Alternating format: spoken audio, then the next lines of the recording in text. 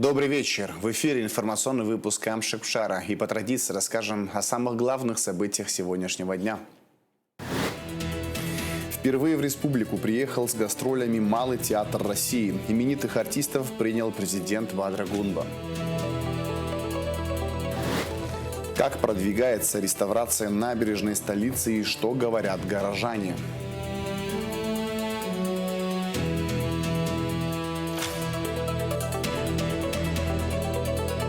Геополитические процессы на Южном Кавказе и в Черноморском макрорегионе обсудили в Сухуме ученые и общественные деятели. Громкие скандалы вокруг чемпионата мира по футболу, который стартует в четверг. О политике двойных стандартов в спорте поговорили с экспертом. Президент Бадра Гунба принял главного режиссера Малого театра, заслуженного артиста России Алексея Дубровского и народную артистку России Ирину Муравьеву.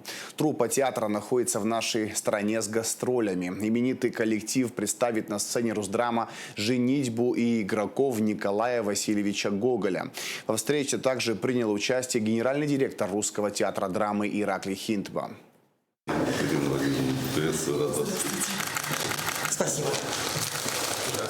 В гостях у президента страны Бадры Гунба легендарная актриса театра и кино, героиня известного советского кинофильма «Карнавал», народная артистка России Ирина Муравьева вместе с главным режиссером Государственного академического малого театра Алексеем Дубровским. Приветствуя гостей, Бадра Гунба отметил, что визит коллектива Малого театра, имеющего широкую славу, это значимое культурное событие для Абхазии. Президент подчеркнул, что гастроли в нашей стране проходят в юбилейный для театра 270-й сезон. Коллектив, который заслужил уважение, коллектив, который обладает богатой историей, традициями и, конечно же, коллектив, в котором работают выдающиеся деятели культуры, искусства. Для нас честь принимать этот коллектив. Я благодарю вас за возможность, которую вы сегодня предоставляете нашему абхазскому зрителю, насладиться высоким профессионализмом. Труппа Малого театра находится в Абхазии с большими гастролями. Не это впервые. Они будут выступать перед абхазскими зрителями на сцене Русдрама с 11 по 14 июня. Коллектив представит 2 спектакля по 2 раза. Комедии Николая Гоголя «Игроки» и «Женитьба». И что самое главное, в них сыграют такие любимые звезды российского кино, как Людмила Полякова, Игорь Петренко, Валерий Афанасьев и, конечно же, Ирина Муравьева. Куда? Мне? В гостиницу. В какую? В любую. Москва? Москва – это большая лотерея. Здесь можно сразу все выиграть. Здесь живут дипломаты, художники, внешторговцы, артисты, поэты.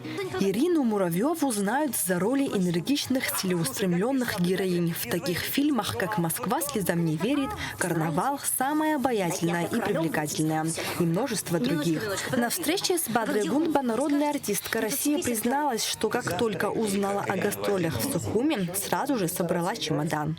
Очень быстро собрала вещи. Спасибо вам. Меня не уговаривайте. Спасибо большое. Да, будем стараться играть.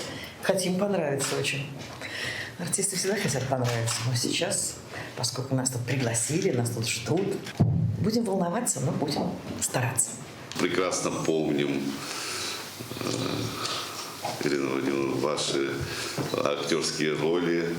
Мы с большим удовольствием не только сами росли на этих фильмах, но и наши дети любят такие фильмы. И уверен в том, что с еще особым вниманием абхазский зритель еще раз пересмотрит все эти замечательные картины, в которых вы принимали участие.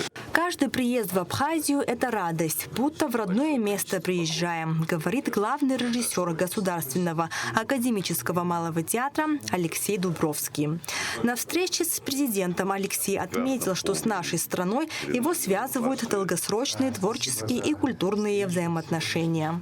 Вот эта культурная взаимосвязь, когда мы сюда приехали с Борисом Николаевичем Любимовым набирать ребят, это сразу становилось такие какие-то, помимо официальных культурных, творческих, еще и человеческие взаимоотношения, что, мне кажется, очень важно. Вот сейчас каждый приезд в Абхазию – это радость. и ребята сейчас выпускаются. И даже мы еще одного набрали студента, который сейчас начал только обучение для театра Фазилия Искандера. Конечно, я хотел бы поблагодарить за ту поддержку, которую вы оказываете нашим студентам и в рамках обучения в Щепкинском училище.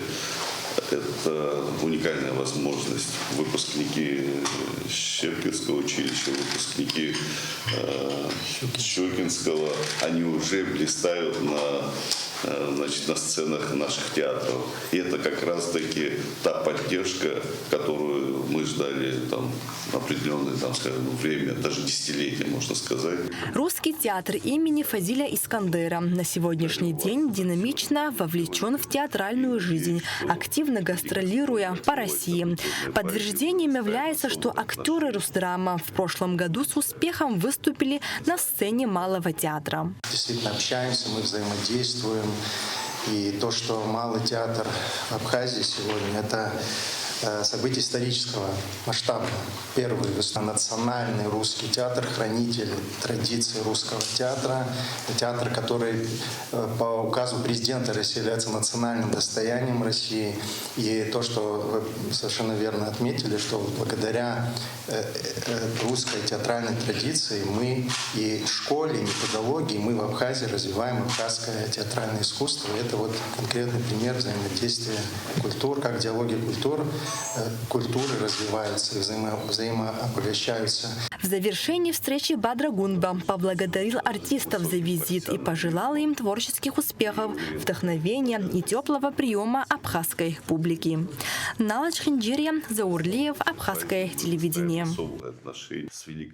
Пресс-конференция, посвященная началу гастролей Государственного академического малого театра России в Республике Абхазия, прошла в Русдраме. Малый театр – один из старейших драматических коллективов России. В рамках зарубежного направления программы «Большие гастроли» на сцене Русдрама Искандера пройдут показы спектаклей «Женитьба» и «Игроки». Малый театр сегодня – это живые традиции, которые передаются из поколения в поколение. Не только верность классике, но и расширение репертуарных границ, понимание современных тенденций в искусстве, поиск новых авторов, лабораторий для режиссеров, актеров и драматургов, культурные программы для детей и молодого поколения зрителей. В рамках гастролей в этих спектаклях на сцену театра Искандера выйдут звезды современного российского театра и кино. Народные артисты России: Ирина Муравьева, Людмила Полякова, Валерий Афанасьев, Александр Ермаков, Владимир Дубровский, артист Игорь Петренко и другие. Во время пресс-конференции были выражены слова благодарности за приезд, теплый прием. Участники также в целом остались под большим впечатлением от Абхазии. Эти садики такие ухоженные, такое все, как говорится, цветет, растет, какие-то ягоды, какие-то фрукты, там все это, и вдруг открывается море, такое необозримое. Слушайте, а дальше этот уникальный воздух ваш, уникальный совершенно, думаешь, боже мой, как они прям живут в этом воздухе. Вот. И такие красивые лица, красивые люди. Чувствуется доброжелательность такая, мы просто ее почувствовали сразу, прям тогда окружили таким теплом.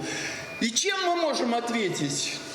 Мы сейчас тоже ответим вам своим теплом, своими душами просто. Это наш любимый спектакль, потому что делал его еще не наш, но главный режиссер, просто еще Юрочка Соломин, недавно ушедший от нас.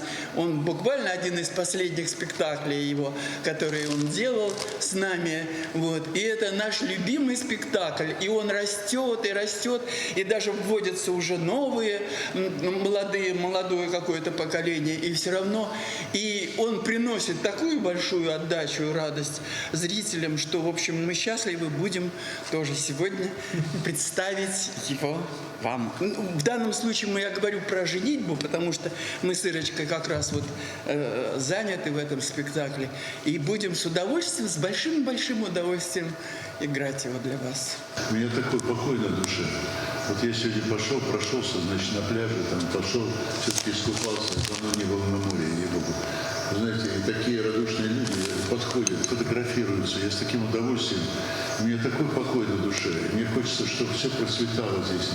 И росло, и не только природа. Понимаете, я вижу, как прохожу мимо, вдруг смотрю, у меня дома есть этот, как его зовут, лавровый лист, дерево лаврового листа. Здесь я прохожу, смотрю, лаврушкой буквально. Вот, представляете, потом такая же пальма у меня есть, вот, или пальма, там похоже, две пальмы. Вот это все какое-то родное, какие-то родные люди, как будто я, вы понимаете, конечно, я не абхаз, понимаете, так сказать, но очень родные, очень радушные люди. Вот, вы знаете, ну, просто удивительно, я не лукавлю, ничего, вот.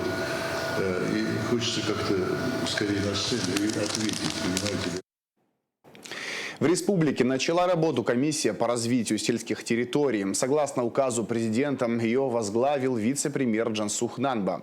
В состав вошли эксперты Министерства сельского хозяйства, экономисты и члены правительства, советники главы государства и депутаты. Старт дан. Это первое заседание комиссии по развитию сельских территорий на 2026 год. В повестке дня конкретные шаги по поддержке аграриев. Предоставление грантов, предоставление субсидий. Далее идут такие программные мероприятия, как приобретение техники для нужд машинно-технических станций Министерства сельского хозяйства. Сюда же включено мероприятие в виде приобретения запасных частей для нужд машинно-технологических станций Министерства сельского хозяйства Республики Абхазия, а также приобретение средств защиты растений и сельскохозяйственных культур от карантинных и особо опасных болезней и вредителей, организации проведения искусственного осеменения крупного рогатого скота. И отдельно хотелось бы отметить мероприятие, которое называется «Оказание финансовой поддержки селам». Как вам известно, в рамках поручений президента в данной программе выделено это отдельным мероприятием. Суть этого мероприятия заключается в том, что всем селам Республики Абхазия будет по установленному порядку выделяться, значит, 1 миллион рублей на нужды села и нужды жителей самого села. В соответствии с политикой главы государства, в соответствии с его посланием Народному собранию и в соответствии с поручениями Кабинета министров, данная программа является приоритетной, особо значимой для нашего государства, для нашего народа. Это по результатам труда комиссии давно вовлечь в экономический процесс наших граждан на селе. Главные приоритеты на 2026 год – расширение аграрного сектора, создание новых рабочих мест и повышение качества жизни сельских жителей. На эти цели по поручению главы государства выделено 500 миллионов рублей. Немало сделано в отрасли сельского хозяйства. Выделены в разное время от 50 до 150 миллионов рублей ежегодно выделялось. Но эта программа уже, так как ее статус был повыше до уровня государственной программы, естественно, сумма была увеличена в 2 или 3 раза. Поэтому работа предстоит очень большая, серьезная, кропотливая. На нас с вами возложена очень ответственная миссия. Мы с вами отвечаем за реализацию этой государственной программы. И хочу каждого из вас, безусловно, обратить внимание на то, что все наши решения, безусловно, будут потом проверяться, перепроверяться контрольными органами, но учитывая компетенцию нынешнего состава, с учетом участия Беслана Цыбовича, человека, который на протяжении 5 лет возглавлял, значит, правительственные программы подобного назначения ранее, с уверенностью можно сказать, что наша работа будет эффективной, наша работа будет прозрачной, и обязательно эффект от реализации программы почувствуют наши граждане. Программа уже зарекомендовала себя как мощный инструмент развития. За предыдущие годы удалось реализовать десятки значимых проектов. Сейчас комиссия приступает к новому этапу работы, нацеленному на комплексное развитие абхазских сел. Гугуца Вардания, Джамбул Чхапелия, Абхазское телевидение. Геополитические процессы на Южном Кавказе и в Черноморском макрорегионе. История и современность. Под таким названием в АГУ прошел круглый стол. В его работе приняли участие ученые, общественные деятели, министр иностранных дел Абхазии, депутат Народного собрания Геннадий Цулая. Обсуждались актуальные угрозы, которые сегодня сложились для России и Абхазии. Репортаж Шазины Ханагуа. Встреча имеет широкую повестку и касается вопросов безопасности и развития в регионе, отметил, открывая круглый стол, первый проректор АГУ Роман Дбар. По его мнению, становится очевидным, что Абхазия сегодня находится на линии раздела противоборствующих цивилизаций. В этой ситуации роль нашей республики как буферного государства с каждым днем возрастает. Это общество на протяжении многих веков продолжало оставаться устойчивым, несмотря на все перипетии истории. И сегодня нам нужно искать эти корни, которые обеспечивают эту устойчивость. И не просто устойчивость, а обеспечивают еще и устойчивое развитие. Поэтому большая часть всего, что мы делаем, то, о чем мы с вами думаем, должно быть подчинено этой задаче. Абхазия и Россия – союзные государства, отметил в своей речи руководитель Центра исследований Большого Кавказа Максим Васьков.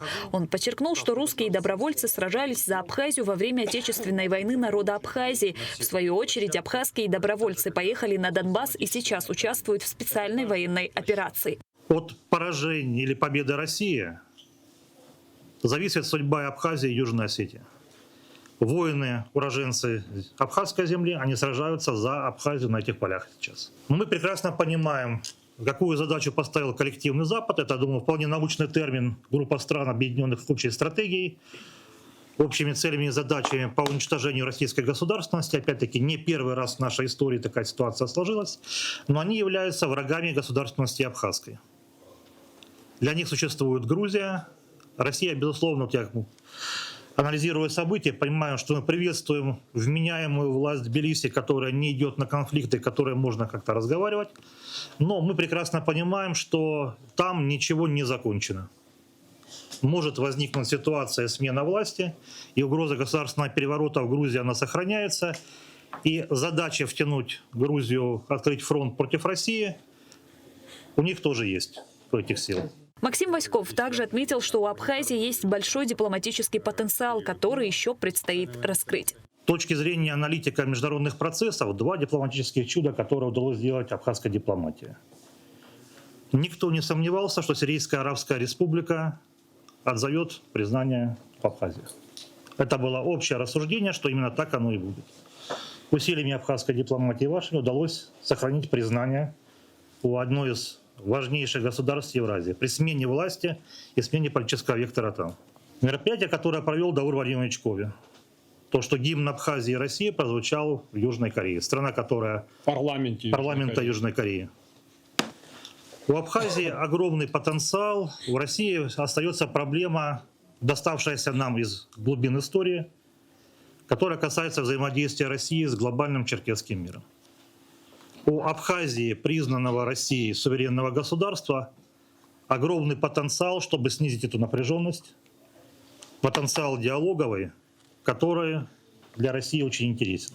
Министр иностранных дел Олег Барцыц высказал свое видение процессов, происходящих сегодня в регионе Южного Кавказа и Восточного Причерноморья. Эти процессы характеризуются высокой степенью рисков, а также быстрыми изменениями геополитического климата.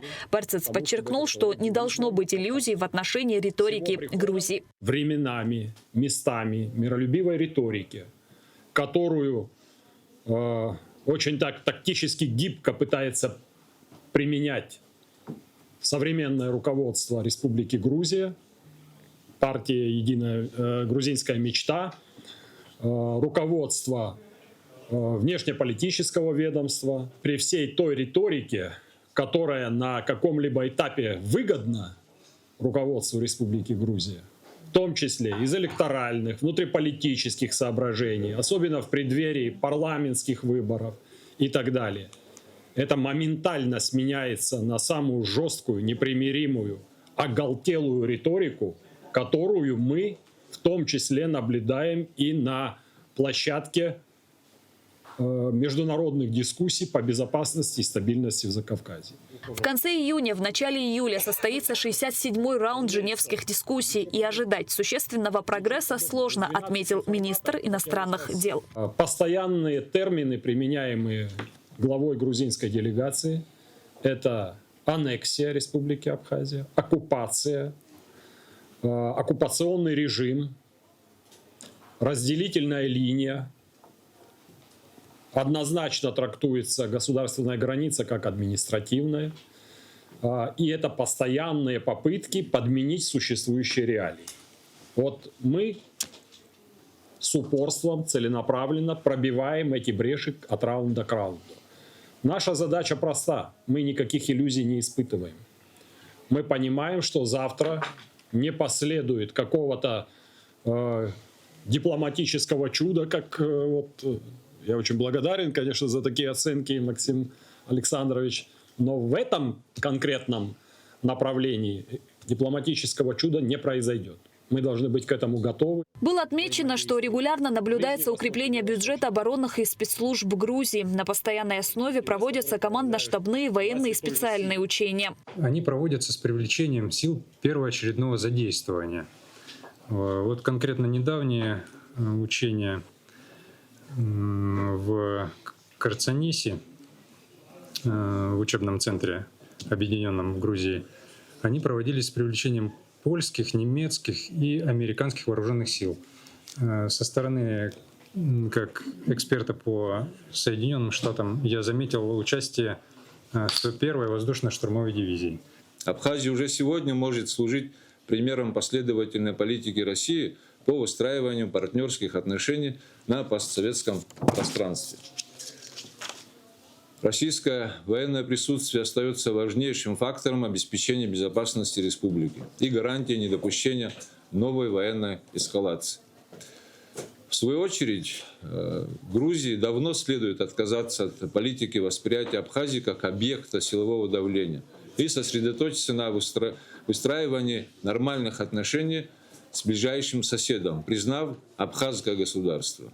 Но в противном случае, что произойдет, я говорил публично на различных площадках. Встреча проходила в формате живого диалога. Обсудили ряд актуальных угроз и обменялись мнениями. Шазина Ханагу, Алексей Гухава, Абхазское телевидение. Вячеслав Чирик избран директором Института стратегических исследований и международных отношений Академии наук Абхазии. Решение принято путем тайного голосования на заседании Президиума Академии наук Абхазии. Члены Президиума также утвердили 2 кандидатуры на награждение золотой медалью за достижения в науке. В области естественных наук медаль будет вручена академику Сергею Бебия, а в области гуманитарных наук академику-секретарю Валентину Когоне. 12-я международная научно-практическая конференция «Тенденции современной науки и образования. Достижения и перспективы», посвященная памяти первого проректора по учебной работе АГУ Виктора Ильича Маландзе, прошла с участием представителей Уральского и Абхазского университетов. Конференция также была приурочена к 60-летнему юбилею Сухумской вспомогательной школы, которая более 10 лет сотрудничает с Уральским государственным педагогическим университетом. Репортаж Ирены Богатели.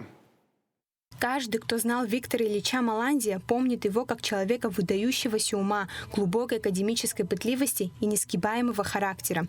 Будучи блестящим орнитологом, он оставил после себя главное наследие – талантливых учеников и последователей, которые бережно хранят его доброе имя. Сегодня это имя объединяет научные сообщества и служит символом плодотворного сотрудничества между Абхазским государственным университетом и Уральским государственным педагогическим университетом. Вот уже 12 лет эти вузы совместно проводят в Абхазии ежегодную международную научно-практическую конференцию «Тенденция современной науки и образования. Достижения и перспективы». Последние 3 года она носит имя великого абхазского ученого Виктора Маландзе. Образование и наука — это те векторы, которые являются незыблемыми. Это основной фундамент, на котором строится наше государство, и та основа, без которого рост невозможен. Да, мы пока молодое, независимое, суверенное государство, но мы знаем, что наши смелые шаги с каждым годом станут крепче. А дух сегодняшней конференции, пронизанный памятью великого Виктора Ильича, пусть несет по-прежнему дух науки, пытливости, академизма и той несгибаемой силы к любви, к жизни и к сообществу людей, неравнодушных к этому. В работе конференции принял участие 301 специалист, в их числе 56 зарубежных коллег, участвовавших в заочном формате и представлявших такие страны, как Хорватия, Кипр, Казахстан и Беларусь. Очно в мероприятиях форума было задействованы 42 человека. Научная программа охватила широкий спектр актуальных направлений: проблемы биологии, экологии и географии, современные технологии обучения и воспитания детей, организованные и содержательные аспекты развития мирового образования, актуальные вопросы физической культуры, спорта, туризма и профессионального образования. На открытии конференции первый проректор АГУ Роман Дбар зачитал приветственное письмо от ректора АГУ Олега Гварамия, в котором прозвучали трогательные воспоминания о Викторе Ильиче Маландия. Виктор Ильич был связан с университетом всем своим сердцем. Даже когда тяжелая болезнь ограничивала его физические возможности, он не оставлял университет. Будучи на лечении, он неоднократно просил меня освободить его от должности. Но я не мог пойти на этот шаг, видя не только его неразрывную духовную связь с родным вузом, но и всем сердцем надеясь на его скорейшее выздоровление. В самые тяжелые моменты он продолжал дистанционно принимать участие в деятельности АГУ, оставаясь в строю до конца. Важной частью конференции стало тесное сотрудничество с Сухумской вспомогательной школой. Совместно с коллегами проводятся пленарные заседания, профильные секции и практические мастер-классы. Особое значение имеет ежегодная выездная психолого-медико-педагогическая комиссия. Ведущие специалисты проводят диагностику детей, чтобы помочь определить для них наиболее подходящий образовательный маршрут. Профессиональные рекомендации получают педагоги, психологи и дефектологи, работающие с ребятами. Чем больше профильных экспертов участвуют в таком осмотре, тем объективнее оценка и тем эффективнее дальнейшее обучение. Директор Сухумской вспомогательной школы отмечает, что все те практики, которые они проводят в школе за последние годы, заслуга сотрудничества с Уральским университетом. Конечно, сегодня говорить о каких-то особых достижениях в обучении детей с теми или иными проблемами, то есть с детьми ограниченными возможностями, трудно. Но не сказать о том, что есть определенные достижения и перспективы в развитии роста педагогов вспомогательной школы, то это, конечно, нужно отметить красной чертой. Информация о том, где будут опубликованы итоги конференции и материалы выступлений со слушателями, поделилась доцент Уральского государственного педагогического университета Татьяна Тенкачева. С итогами конференции доклады, которые были высланы участниками конференции, будут опубликованы в сборнике, который будет размещен на портале eLibrary, в базе данных РИНС. Кроме того, вся информация будет предоставлена на кафедру ботаники и лесного хозяйства Абхазского государственного университета, так как они основные организаторы, поэтому мы через них в основном работаем. Плюс будет создана ссылка на облако, на хранилище в облаке, где все презентации, все материалы, все дополнительные материалы будут размещены, и всем желающим будет эта ссылочка на облако, где можно взять информацию, предоставлена. 7 дней плотной работы, сотни участников и реальная помощь детям. Этот международный форум в очередной раз доказывает, что научное наследие Виктора Ильича Маландия находится в надежных руках его последователей. Ирина Богателя, Ильдар Дамиров, Абхазское телевидение. Набережная Сухума меняется на глазах. Работы по масштабной реконструкции главного туристического и культурного объекта столицы не прекращаются даже ночью.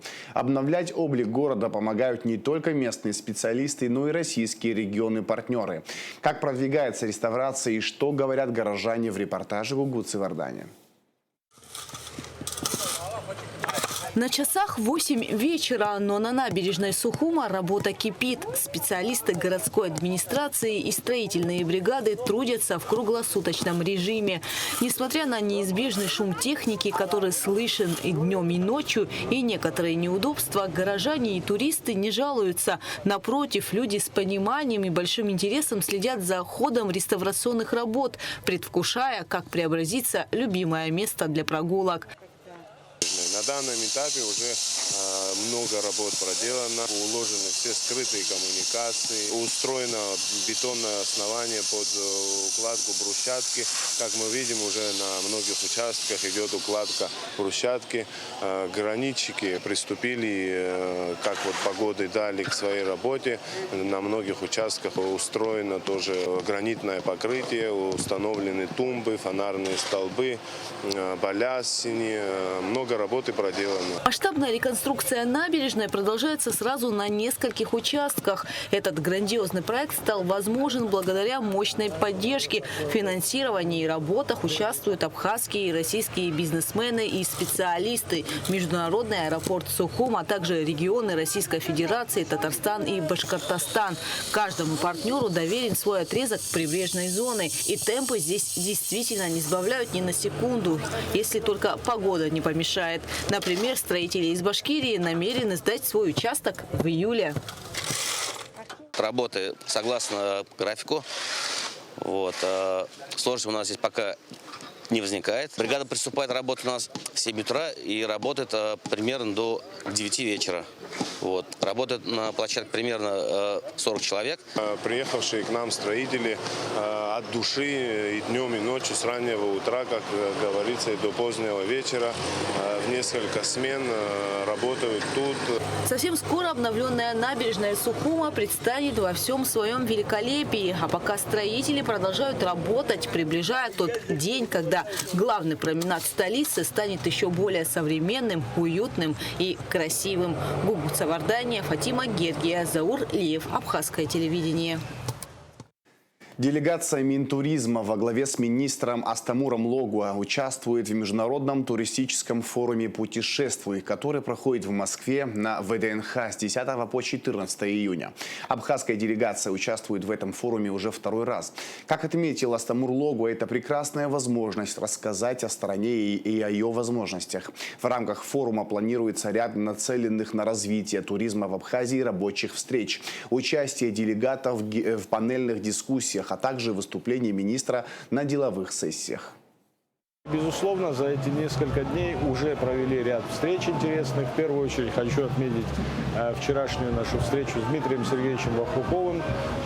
Мы проговорили все те вопросы, которые ранее обсуждали на форуме в Абхазии. И хочу отметить, что какие-то из них уже постепенно решаются.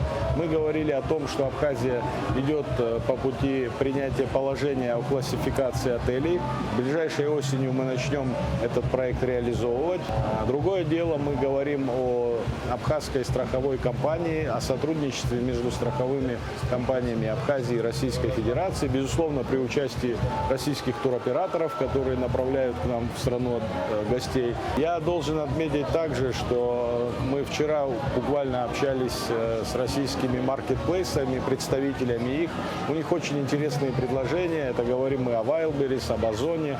Сейчас уже и маркетплейсы, скажем так, рекламируют, продвигают, продают туры в разные страны. И мы думаем, что Абхазия тоже появится благодаря нашим соглашениям будущим нам российских маркетплейсов. Я должен отметить, что сегодня буквально с утра мы встречались с крупнейшей компанией российской, это ВК. Тоже в этом же духе обсуждаем сотрудничество по, в первую очередь, продвижению Абхазии. Знаем, что сегодня это одна из самых больших социальных сетей, работающая на территории России. Это ВК и Макс Групп. И очень надеемся на это плотное сотрудничество в деле презентации и продвижения нашей страны на российском рынке. К новостям спорта. В четверг стартует чемпионат мира по футболу, который пройдет сразу в 3 странах – Мексика, США и Канада. Несмотря на ажиотаж вокруг предстоящего мундиаля, турнир уже успел подарить миру несколько громких скандалов. Например, лучший судья из Африки, сомалийский арбитр Омар Артан, получил отказ от властей США на въезд в страну. Причиной решения властей стали подозрения в связях судей с террористическими организациями. Судья уже вернулся на родину, где его встретили как национального героя. Президент ФИФА Джанни Инфантино прокомментировал скандал с арбитром. Он заявил, что организация не может все контролировать, посетовав на то, что ФИФА не может управлять властями стран. Мы обсудили ситуацию с политологом Алексеем Мартыновым. Он считает, что налицо показательная деградация турниров с момента проведения Кубка в России. В последние годы, вот, наверное, начиная с блестящего чемпионата мира, проведенного в России, с каждым годом в разных странах, все больше и больше деградирует это мировое мероприятие. Но, может быть, здесь, знаете, причина в чем? В том, что Россия слишком высокую планку проведения чемпионата мира по футболу подняла. Слишком высокую планку. Потому что, так сказать, беседуя с действительно знатоками и любителями футбола, и такими болельщиками с многодесятилетним стажем, никто не может припомнить такого яркого, организованного, красивого и, самое главное, безопасного, массового праздника мирового футбола, который был организован в России в 2018 году. И с тех пор, так сказать, каждый чемпионат, хуже предыдущего. Но арбитр из Сомали не единственный, кому не повезло пострадать из-за санкций. Организаторы чемпионата аннулировали билетную квоту всем болельщикам сборной Ирана. Федерация футбола страны уже обвинила в этом власти США, хотя Вашингтон не делал никаких заявлений. В прошлом году президент США Дональд Трамп запретил или ограничил въезд в страну для граждан 27 стран, в числе которых находится и Иран. Помимо этого, США на днях нанесли удар по Ирану. Напомним, что футболисты сборных России и Беларуси временно отстранены от участия в международных турнирах на фоне проведения СВО на Украине. Боевые действия считаются основным препятствием для отмены наказания. Однако в случае с США очевиден выборочный подход к санкциям. Так считает политолог Алексей Мартынов. По его мнению, четкое разделение на своих и чужих является не лицемерием, а нормой для Запада. Имело смысл говорить про двойные стандарты 5, 7, 8 лет назад, когда мы недоумевали, почему это происходит, так сказать, бьющееся в русофобии все это западное сообщество по нарастающей, по экспоненте, все больше и больше, так сказать, пыталось включать какие-то санкции, рестрикции под надуманным предлогом, и в данном случае специальная военная операция здесь ни при чем, в том смысле, что это просто один из элементов, который используется как повод. Мы давно об этом говорим, что, слушайте, Россия огромная страна, ее нельзя ни выключить, ни исключить ниоткуда. И то, что так сказать, подобным образом они действуют, причем действуют в основном в спорте, так чтобы это было шумно, заметно, обидно. Обидно. Сегодня, исходя из сегодняшней практики, мы видим, что это никакие не двойные стандарты, так сказать. Это как раз тот самый золотой стандарт, когда группа западных стран, полагая, что она главная, так сказать, распорядительница в разнообразных международных структурах, организациях, будь то экономические, политические, спортивные в данном случае, она там распределяет статусы участников, на беленьких и черненьких, на, так сказать, полноправных людей и лишенцев. Нас они в категорию лишенцев занесли, и в общем-то, это и есть некий их стандарт. Другой вопрос, согласны вы с ним или нет. И надо тут отметить, что добрая половина мира с этим их стандартом не согласна. Другой вопрос, что это несогласие не оформлено до сих пор ни в какие параллельные, так сказать, структуры. То есть мы, например, пытаемся искать правду в тех же самых их стандартах, и пытаемся, доказать, что мы беленькие, а не черненькие. Послушайте, в конце концов, это абсолютная, так сказать, глупость, с одной стороны, с другой стороны, какая-то такая безысходная, так сказать, практика. Первый открытый турнир по боксу, посвященный Дню России, состоялся в городе Очимчира. Инициатором проведения турнира выступила политическая партия «Единая Абхазия». Праздничное мероприятие посетили председатель партии Алхаз Барзания, исполняющий обязанности руководителя представительства Россотрудничества в Абхазии Вадим Банников, советник президента по спорту Ахра Ашуба. По заложенным традициям открытие мероприятия началось со звучания гимнов двух дружественных стран Республики Абхазия и Российской Федерации. Гостей мероприятия поприветствовал председатель партии «Единая Абхазия» Алхаз Барзания. Я уверен, то общее дело, которое сейчас мы здесь будем проводить, та воля к победе, то стремление, которое сегодня будем мы здесь все вместе проявлять, оно послужит всем нам на благо нашего родного государства Республики Абхазия, послужит двухсторонним развитием двухсторонних отношений абхазо-российских. Я всем желаю побед в сегодняшних соревнованиях, в жизни вашей. Уверен в том, что у вас впереди много будет побед, много где вам придется проявлять характер, волю к победе. Желаю вам проявлять его везде, всегда, так как учили наши старшие. Спорт именно то, что нас объединяет, что позволяет нам достигать своих целей. Поэтому удачи всем, всех с праздником, с Днем России, с открытием чемпионата.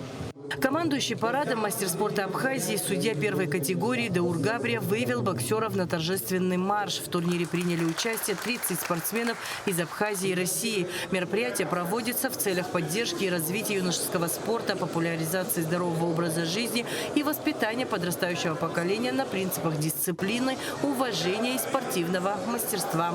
Данное соревнование мы давно планировали. На наш взгляд, оно максимально полезное. Вот такого рода мероприятия необходимы для нашего подрастающего поколения.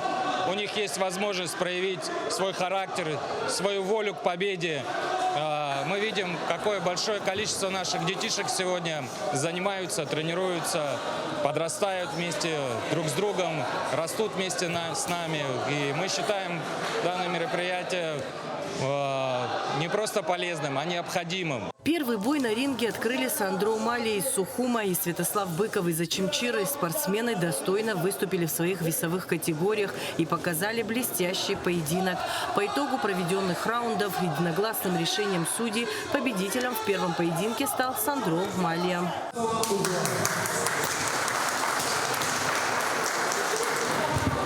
Молодец, умница. Поздравляю. Расти большое. Мероприятие носит исключительно спортивный характер. Сегодня ребята сражаются за призовые места. Знаю даже, что ребят будут награждать в конце мероприятия. Хочется пожелать всем успехов.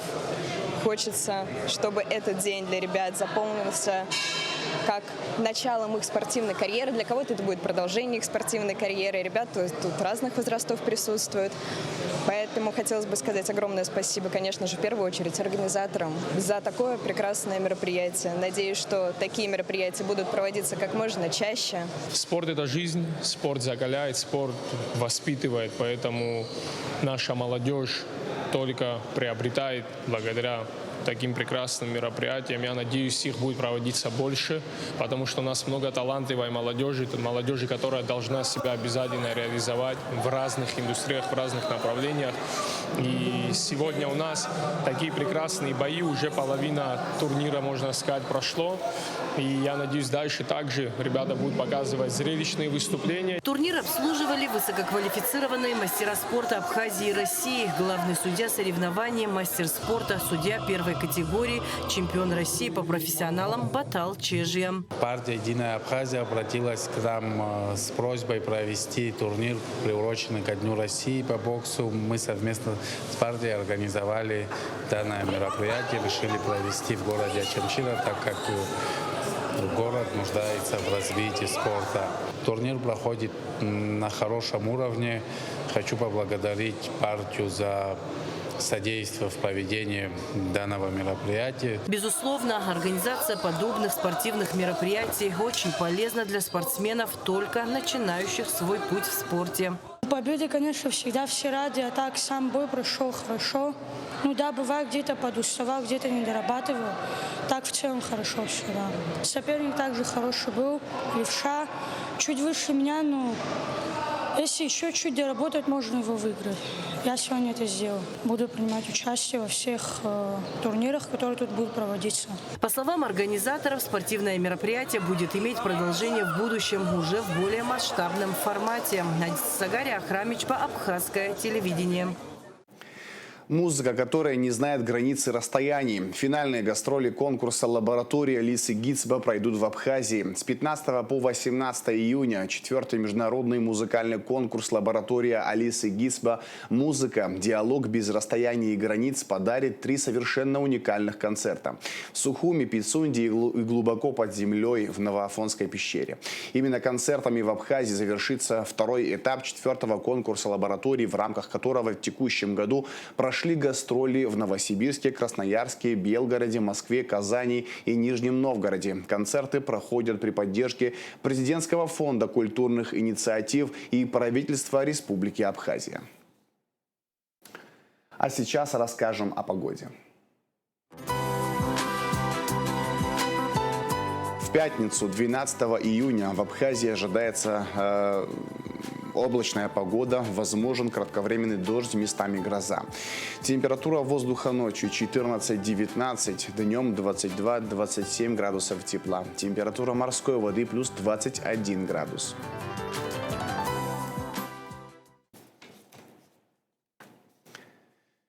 На этом информационный выпуск Амшакшара подошел к концу. Всего хорошего, до новых встреч.